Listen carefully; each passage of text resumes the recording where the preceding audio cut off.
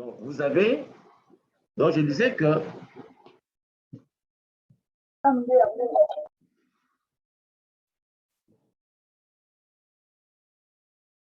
alors donc, parfois, l'ADN se réplique de façon ce dont je disais que vous avez une masse cytoplasmique contenant plusieurs centaines de noyaux. C'est le cas de la segmentation, par exemple, les zygotes. Les zygotes, vous avez à partir d'une cellule qui va se multiplier, se produire plusieurs cellules, et vous avez une seule masse avec plusieurs noyaux. C'est ça donc ce qu'on appelle le masse cytoplasmique contenant plusieurs centaines de noyaux. C'est le cas par exemple des zygotes de la première phase de la segmentation. C'est une sorte de mitose mais qui se fait presque de cette façon-ci. Alors parfois l'ADN se réplique un certain nombre de fois dans un noyau sans qu'il y ait karyocinèse ou cytocinèse. Vous avez les cas des glandes salivaires de la drosophile. Vous avez des chromosomes géants très utilisés en génétique. On va voir ça plus loin. Maintenant, nous avons parlé de la réplication de l'ADN. Nous avons dit que, mes amis, que pendant l'interphase, il y a la synthèse des protéines et il y a aussi la réplication de l'ADN. Lorsque nous avons dit que l'ADN, votre ADN, est plus vieux que vous, votre ADN a existé bien avant vous, mais pour que cet ADN nous arrive, la réplication de l'ADN, parce qu'on a dit que nous avons deux cellules, au départ une cellule qui se réplique, la réplication de l'ADN est semi-conservatrice. Très important. Ici, nous sommes à l'interface. Tout ce qu'on est en train de, nous sommes en train de nous promener dans l'interface. Nous sommes dans l'interface. La réplication de l'ADN est semi-conservatrice. Qu'est-ce que cela veut dire? Ça signifie que lorsqu'il y a réplication, dans la cellule nouvellement formée, il y a mitose. Mitose, lorsque nous avons mitose, on part d'une cellule qui subit la mitose, qui se multiplie, et à la fin, on obtient deux cellules filles ayant les mêmes lots chromosomiques. Et nous avons dit que, bien avant cela, il y a l'interface et la réplication qui intervient. Et cette réplication semi-conservatrice, c'est-à-dire que vous avez dans la cellule nouvellement formée. La cellule nouvellement formée, dans son matériel génétique, il y a un brin parental et un brin nouvellement formé. Ça, c'est la cellule du départ. Ça, c'est la cellule du départ. La cellule du départ est là. La cellule avant mitose est là.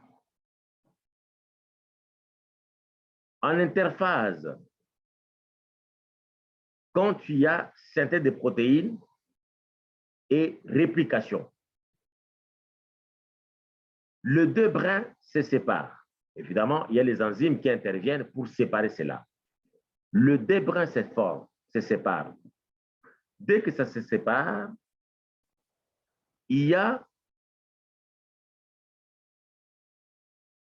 réplication, formation d'un brin complémentaire. Il y a des nucléotides complémentaires qui vont s'associer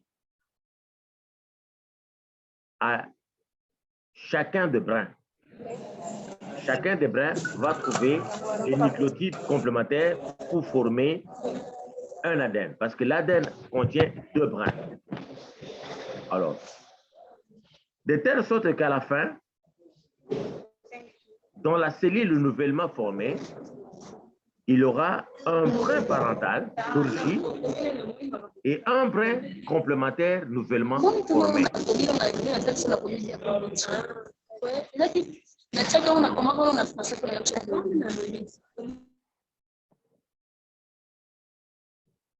Donc, nous avons dans la nouvelle cellule, qui est la cellule nouvellement formée, nous avons un brin parental et un brin nouvellement formé. Voilà pourquoi on parle de la réplication semi-conservatrice. Pourquoi semi-conservative? Ce n'est pas une réplication qui est conservatrice, c'est-à-dire parce que si on dit conservatrice, c'est-à-dire que nous avons l'ADN dans son entièreté dans la nouvelle cellule, mais si c'est semi, pourquoi? Parce que c'est juste un brin parental qui se retrouve dans la nouvelle cellule avec un brin complémentaire. Ça va? Kiana Dinga.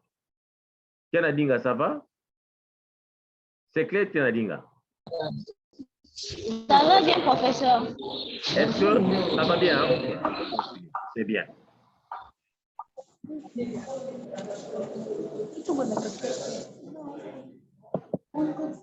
Alors, on continue. Ça, c'est le même schéma que je vais de vous montrer. Réplication et répartition des chromosomes pendant la mitose. Voilà. Réplication des chromosomes. Voilà. Séparation des chromosomes. Distribution de nouveaux chromosomes aux cellules. C'est comme ça. Vous avez tout le temps, dans la réplication, dans la nouvelle cellule, il y a un brin parental et un brin nouvellement formé. Un brin parental, un brin nouvellement formé. Étant donné que la nouvelle cellule contient un brin de parent, un brin d'origine, avec un brin nouvellement formé, on parle de la réplication semi-conservatrice. Donc, ça conserve chaque fois il y a conservation d'un brin de parent. C'est ça. Et c'est de cette façon-là, c'est de cette façon, mes amis, que les informations sont maintenues de génération en génération. C'est à cause de ces brins, de cette réplication semi-conservatrice, que nous avons le caractère, nous avons les informations génétiques de nos parents, de nos aïeux, de nos ancêtres, qui ont vécu avant nous il y a plus de 5 siècles. Avec cette façon, on peut avoir les informations de nos ancêtres qui ont vécu avant nous plus de 5 siècles. Et c'est de cette façon-là que nous avons hérité les informations génétiques. Et c'est de cette façon-ci que nous aussi, nous allons transmettre les informations génétiques à nos enfants. Parce que nos enfants, vos enfants auront toujours votre brin et puis leur brin. Votre brin et puis les brins vont former. Ainsi de suite. Donc, les informations seront toujours conservées de génération à génération.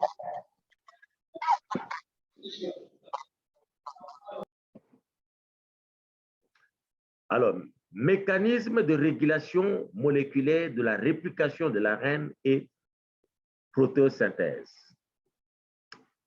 Ça, c'est très important. Mes amis, ici, nous sommes toujours dans l'interface. L'interface, quand on parle de l'interface, vous étiez en premier graduat, on vous a parlé de l'interface sans vous rendre compte de ce qui se passe concrètement. On vous avait dit que l'interface est une phase de repos. Mais non, c'est faux. Tout ce qui se passe, les maladies qu'on appelle les maladies épigénétiques, la santé, la ressemblance, tout ce qui se passe dans la vie, la mitose, reproduction, croissance, tout ça se passe dans l'interface. C'est l'interface qui détermine la croissance, c'est l'interface qui détermine les maladies génétiques. Ici, dans cette diapositive, je vous montre parce que vous savez, je viens de parler de la réplication. Lorsqu'il y a réplication de l'ADN, c'est-à-dire que vous avez un point parental parce que la réplication est semi-conservative, vous avez un brin pariétal avec un brin nouvellement formé dans la nouvelle cellule. Il se peut qu'il y ait de petites erreurs qui se glissent dans la réplication. Tout n'est pas beau. Les erreurs, vous savez que, regardez ici, chez l'humain, à chaque seconde chez l'humain, il y a environ 25 millions de cellules qui se divisent. 25 millions de cellules se divisent chez les humains par seconde. 25 millions. Vous avez évidemment, il y a des cellules dans la bouche. Chaque fois, nous perdons. À chaque instant, on perd des cellules. Hein. Il y a des cellules qui naissent, il y a des cellules que nous perdons. Par exemple, dans la bouche, cellules dans la bouche, surtout des cellules épithéliales de la bouche, dans l'intestin. Chaque fois, nous perdons des cellules. Chaque fois, il y a des cellules qui naissent. Et donc, on dit qu'à chaque seconde, il y a environ 25 millions. Imaginez, 25 millions de cellules qui se forment. Et lorsqu'on parle de mitose, de la formation de cellules, 25 cellules qui se forment, c'est qu'à chaque fois, il y a des réplications de l'ADN. Vous savez que l'ADN subit, on a vu dans le premier chapitre que l'ADN peut subir des modifications, des mutations. Il y a des mutations qui surviennent, des changements brusques. Les erreurs de réplication, il peut y avoir des erreurs dans la réplication. L'information n'est pas, n'est-ce pas, transmises correctement. Et ce sont ces erreurs de réplication qui sont à la base des maladies, de beaucoup de cancers. Les cancers. Parce que pendant la réplication, vous savez que le cancer, c'est la prolifération anarchique des cellules. Des cellules avec des erreurs de réplication. Quand ces erreurs-là, pendant qu'il y a division successive et qu'il y a des erreurs de prolifération de cellules avec des erreurs de réplication, c'est à ce moment-là que vous avez des maladies, beaucoup de maladies, des cancers, et généralement, ce sont des maladies qu'on appelle maladies épigénétiques. Alors, maintenant, mécanisme de régulation moléculaire. Comment la cellule s'organise pour qu'il n'y ait pas des erreurs de réplication? Comment la cellule s'organise pour qu'il n'y ait pas des erreurs? Parce que 25 millions de cellules qui se divisent, il doit y avoir des erreurs. Maintenant, comment les cellules s'organisent pour qu'il n'y ait pas des erreurs de réplication, pour qu'il n'y ait pas de cancer? Mécanisme de régulation moléculaire de la réplication d'ARN et photosynthèse. Alors, vous avez la question ici, comment les cellules tumorales s'échappent, des cellules avec cancer? Les cellules de cancer, comment ça s'échappe? Parce qu'il y a, vous voyez, ici, je vais vous montrer, on va revenir sur le dia précédent. Vous voyez ici, G1, G2, ce sont des points de contrôle. Lorsqu'il y a réplication, pour qu'il n'y ait pas des erreurs de réplication de l'ADN, parce qu'il faut qu'il y ait une nouvelle cellule qui a besoin de l'ADN. Nous avons dit que la réplication est semi-conservatrice. Pour qu'il n'y ait pas des erreurs, nous avons des points de contrôle. C'est comme dans une chaîne de production. Une chaîne de production, lorsqu'on produit les Coca-Cola que vous buvez, quand vous allez à la brasserie, vous allez voir qu'il y a la boisson que vous prenez, que ce soit la bière, que ce soit du jus, il y a toujours les gens qui sont dans la chaîne de production. Ces gens-là sont là pour voir des bouteilles qui ne sont pas étiquetées, on les met de côté. Il y a des bouteilles qui sont à moitié remplies, on les met de côté. Ça, c'est dans la chaîne de production. Et les bouteilles qui sont bien remplies, étiquetées, on les laisse passer. Il y a les gens qui s'assoient là. On s'assoit, on observe, on regarde. Et les gens qui regardent là, pour vérifier les bouteilles qui ne correspondent pas aux normes, correspondent aux points de contrôle qu'on appelle G1 et G2. Ce sont des points de contrôle. C'est-à-dire qu'on regarde quelle est l'information qui sera transmise. Parce qu'il faut qu'il y ait réplication. 25 millions par seconde. Maintenant, 25 millions par seconde, il faut que ce soit des bonnes cellules. Parce qu'il suffit qu'il y ait un dysfonctionnement au niveau de G1, au niveau de GD. Les points de contrôle ne fonctionnent pas convenablement. À ce moment-là, les erreurs continuent à glisser. Et par seconde, nous avons plus de 27 millions de cellules avec des erreurs de réplication. Et c'est très dangereux pour la santé. Et c'est ça qui est à l'origine parfois des maladies comme les cancers.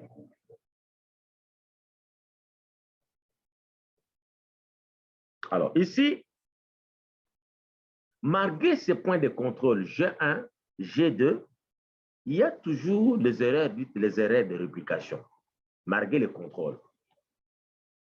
Malgré qu'il y ait les points de contrôle. Et ce sont ces erreurs-là, ce sont des petites erreurs, malgré la présence des points de contrôle, qui sont à la base de maladies. Quand il y a un dysfonctionnement, les contrôleurs ne travaillent pas convenablement, c'est à ce moment-là qu'il y a des maladies qui se glissent. Alors, comment maintenant les cellules tumorales s'échappent? Comment ça s'échappe? Première possibilité pour qu'une cellule qui contient une mauvaise information s'échappe, une cellule avec cancer, avec un radical libre, par exemple, un méthyle qui se fixe sur un ADN. Et généralement, lorsque vous avez un groupement méthyle qui se fixe sur l'ADN, ces groupements épigénétiques, ça peut être responsable de plusieurs maladies, telles que les cancers. Donc, vous avez un groupement radical libre qui se fixe de surplus sur cette molécule d'ADN, ça peut y arriver. Et vous avez alors, et cette information-là, ces groupements qui se fixent, pendant la réplication, ces groupements peuvent se glisser, peuvent passer d'une cellule à l'autre. Cette information-là peut passer d'une cellule à l'autre, on peut avoir plus de 25 000 cellules avec cette même information et c'est ça qui est dangereux pour la santé. Alors, comment c'est là? Comment parfois marquer les points de contrôle G1, GD et que cette information passe? Nous avons première erreur qui peut se glisser, qui peut favoriser cette erreur-là, c'est les stimuli cytoplasmiques. Les stimuli cytoplasmiques.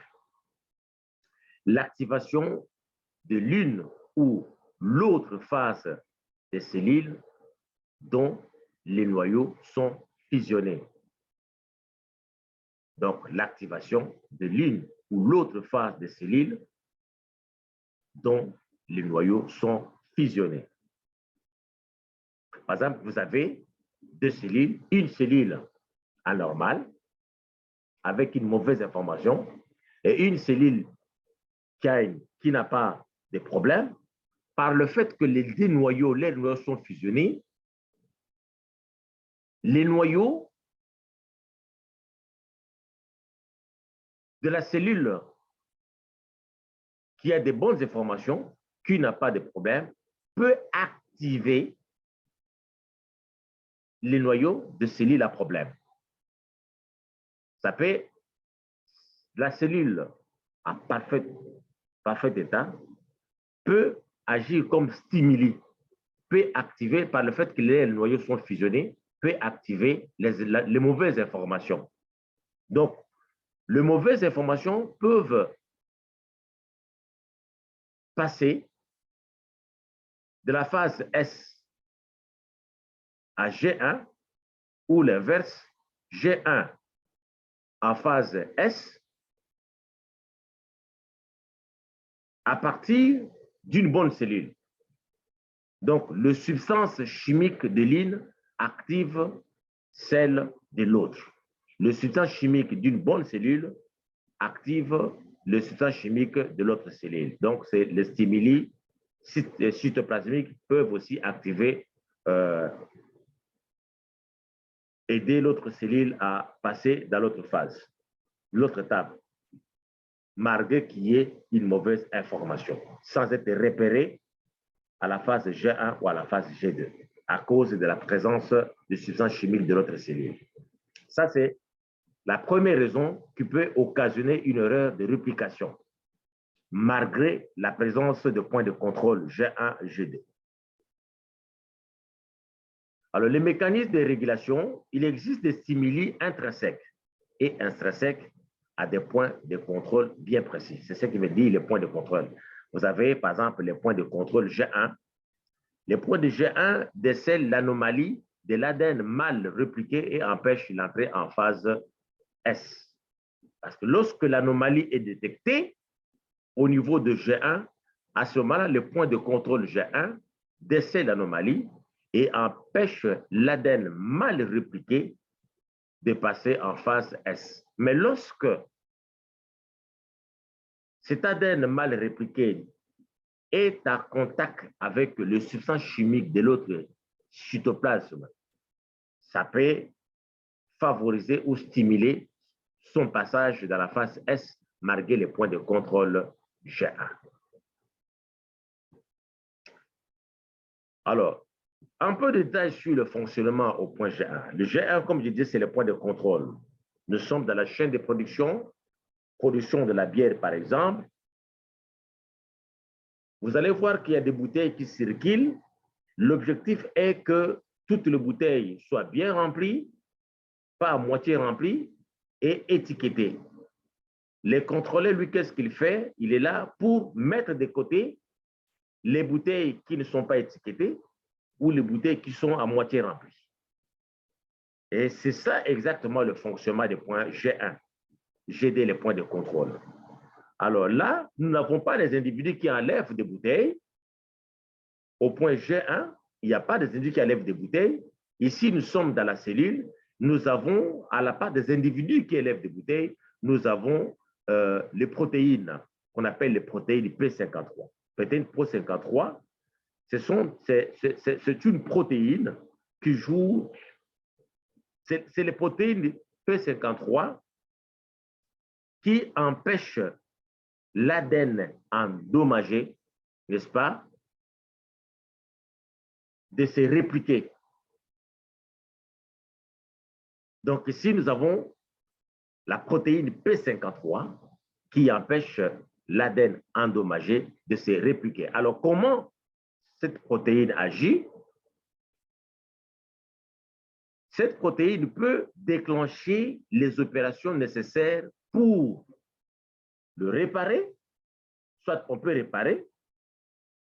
C'est exactement lorsque vous avez un individu dans la chaîne de production qui doit contrôler des bouteilles remplies et étiquetées, soit on peut prendre l'étiquette pour des bouteilles qui sont remplies, parce qu'on a besoin de bouteilles qui sont étiquetées et remplies, deux conditions pour que ce soit mis en bouteille, pour que ce soit mis dans les cartons pour la vente. On peut prendre l'étiquette, on ajoute. Et c'est exactement ce que fait la protéine P53, soit dans les points de réparation, cette protéine fait quoi? Déclenche les opérations nécessaires pour le réparer cet ADN qui est endommagé, première possibilité. Si cette protéine n'est pas capable de réparer, déclenche l'apoptose, c'est-à-dire que la destruction totale de cette cellule, la mort de la cellule. Donc, il y a deux possibilités, soit déclenche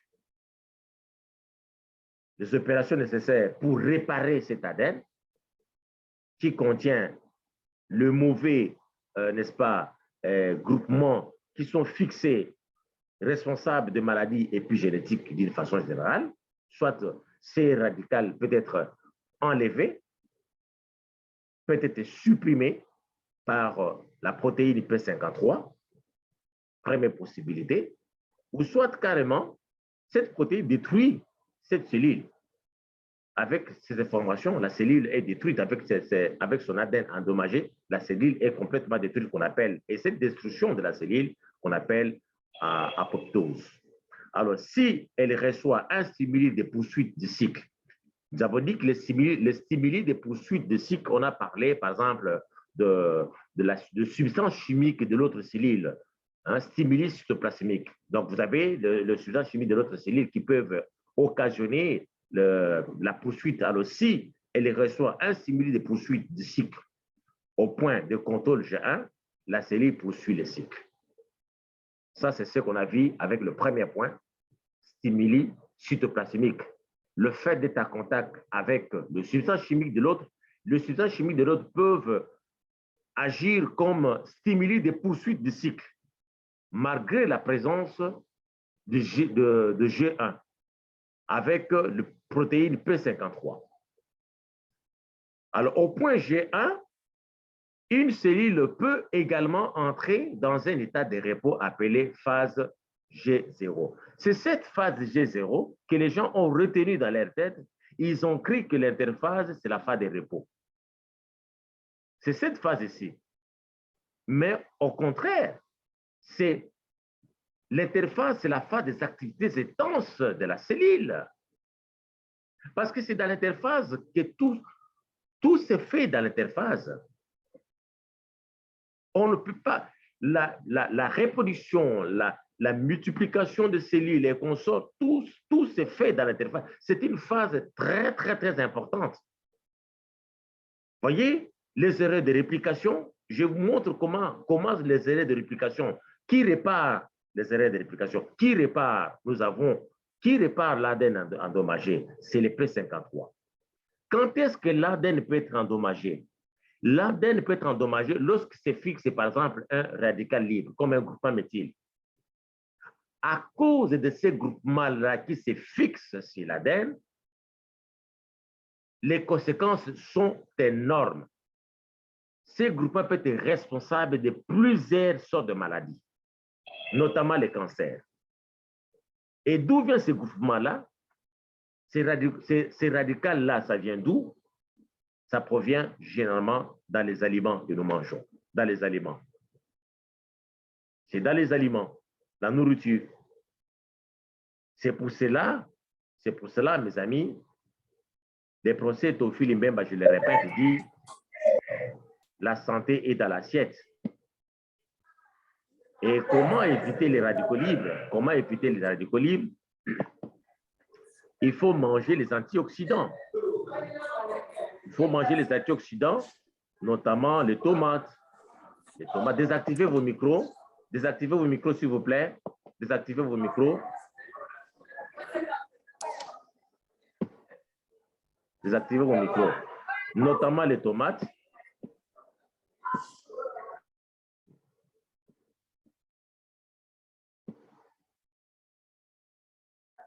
Donc, notamment les tomates.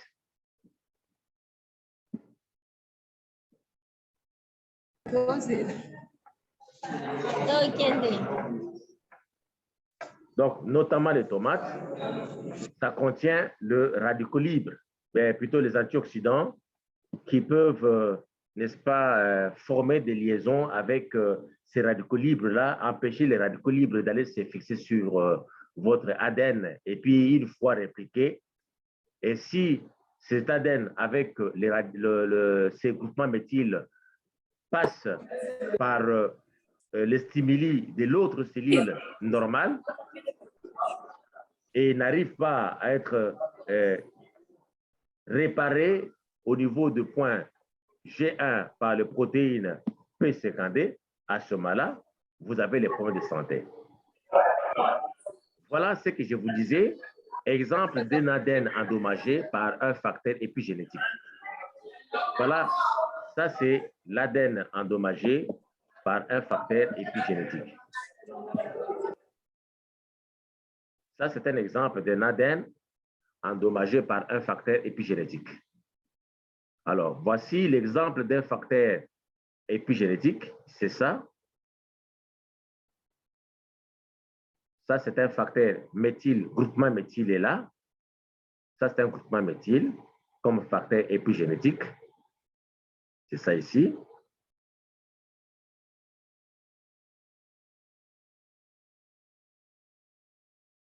Voilà. Et ça vient d'où? Et le mécanisme de facteur épigénétique, Donc, le facteur épigénétique peut être influencé par plusieurs facteurs. Il y a l'environnement chimique. L'environnement chimique, voyez, les produits chimiques dans l'environnement,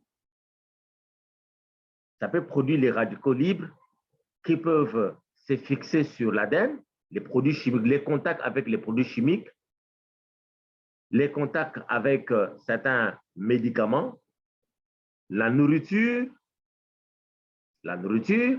Il y a donc plusieurs facteurs qui peuvent occasionner, favoriser, n'est-ce pas, la production des groupements responsables de maladies. Alors ici, vous avez, regardez, à cause de ces groupements méthyl, vous pouvez avoir les cancers,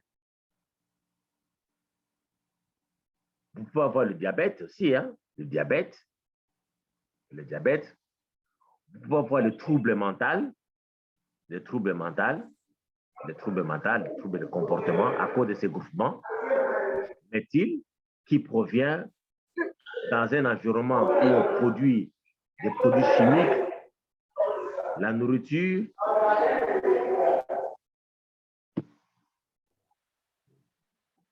donc ça, ce sont donc des facteurs épigénétiques. Exemple d'un ADN endommagé, voilà, vous en avez ça. Ça, c'est la molécule de l'ADN.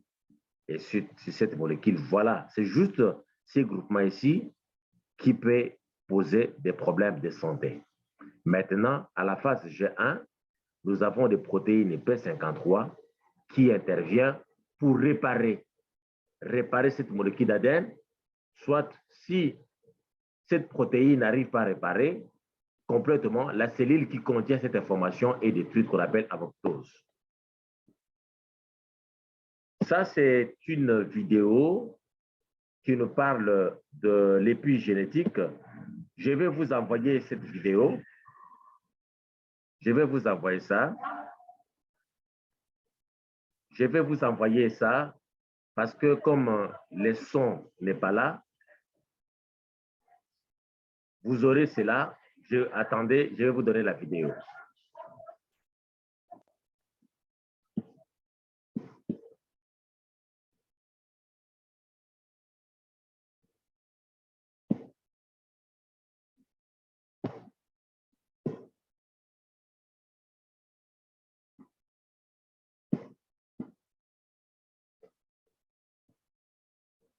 Voilà. Alors, une des conséquences de l'épigénétique, vous avez, comme je disais, dans le schéma ici, rappelez-vous, là, je vais parler du cancer. Regardez, ces cancers ici, à cause de facteurs épigénétiques, à cause de ces groupements méthyl ici, qui se fixent sur la chaîne de l'ADN, et ces groupements proviennent de l'environnement chimique, les produits pharmaceutiques, de la nourriture et consorts. À cause de ces groupements méthyl, vous pouvez avoir un problème de cancer. Et comme exemple de cancer, le cancer de sein. Voilà. La tumeur croît à partir d'une première cellule transformée. Les cellules cancéreuses envahissent les tissus adjacents et nous avons les cellules cancéreuses se propagent à d'autres parties de l'organisme en apprêtant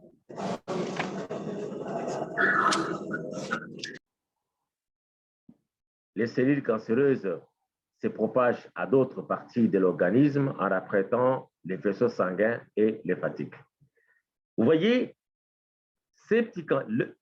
voyez cette tumeur que vous voyez là, ici, c'est à cause juste d'un groupement méthyl, d'un produit de l'environnement, le médicament. Ça peut provoquer, n'est-ce pas, le cancer comme facteur épigénétique. Conséquent de l'épigénétique. L'épigénétique est un groupement qui se fixe sur les groupements métiers, ça peut provenir de la nourriture, dans une industrie pharmaceutique, dans un laboratoire de chimie, laboratoire de pharmacie, même les médicaments qu'on prend. Et lorsque cette information n'est pas bien gérée ou réparée, ou la cellule en question n'est pas détruite au niveau de G3, G1 plutôt, excusez-moi, à ce moment-là, vous avez un problème donc de cancer. Voilà. Ici, cet individu, le cancer a déjà atteint le niveau métastase, c'est-à-dire que vous avez la tumeur qui a atteint le faisceau lymphatique.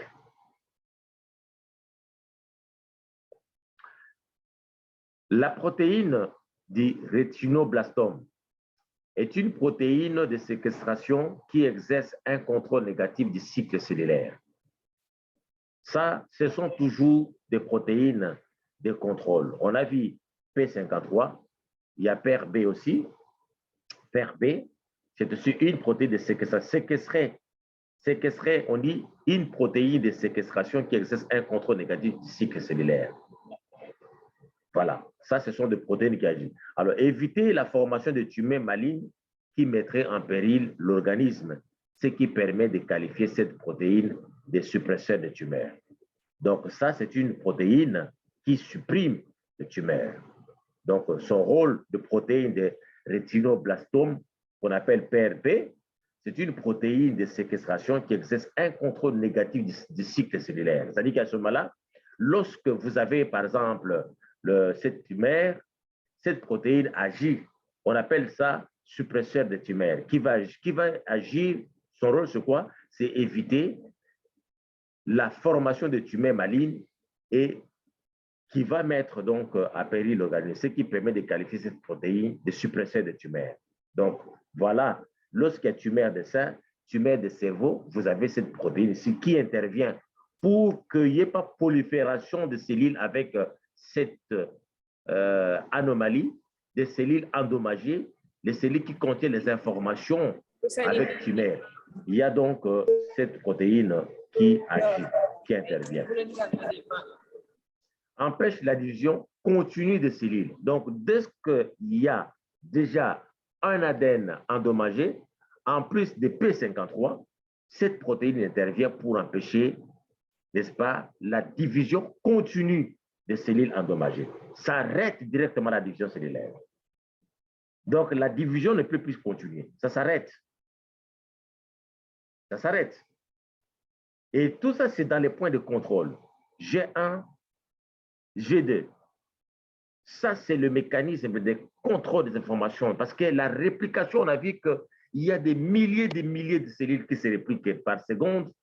Et avec cette réplication, le risque d'erreur est plus élevé. Pour qu'il n'y ait pas les erreurs, il y a les points de contrôle pour surveiller, pour que les mauvais, les ADN, les acides déoxyribonucléiques endommagés ne puissent pas continuer. Nous avons le P53 et on ajoute aussi les protéines du rétinoblastome. Alors, cellules somatiques d'un organisme adulte, ça c'est ça. Voilà, ça c'est le mécanisme. Je vais vous montrer ça dans le cours, je vais vous envoyer les cérémonies, ça c'est le mécanisme, le fonctionnement. Le plus important pour moi, c'est retenir ça, ce sont des suppresseurs de tumeurs. Ça c'est très important. Ça va? Et le mécanisme, vous allez continuer avec le professeur Nyamangombe, je crois qu'il va encore vous parler, il va encore parler en détail de le mécanisme de régulation de la réplication, un mécanisme de régulation de la réplication de l'ADN. Les professeurs dans le cours de génétique moléculaire, je suis sûr et certain, le professeur Nyamangombe, lui qui est aussi un généticien, il va vous parler vraiment en détail comment ça se passe et c'est quand même bien parce que maintenant vous avez une idée. Lorsqu'il va vous parler, vous allez savoir, oui, les professeurs qui savent ça, vous avez parlé de ce P53, le mécanisme de régulation. Ça, c'est toujours le mécanisme. Par la suite, un facteur de transcription libre peut aller transcrire d'autres gènes responsables de l'avancement. Ça, c'est Alors, régulation négative de PR, s'il y a des dommages à l'ADN, lorsque la cellule veut entrer en mitose, la protéine P53 se trouve phosphorylée. Ça, c'est le mécanisme.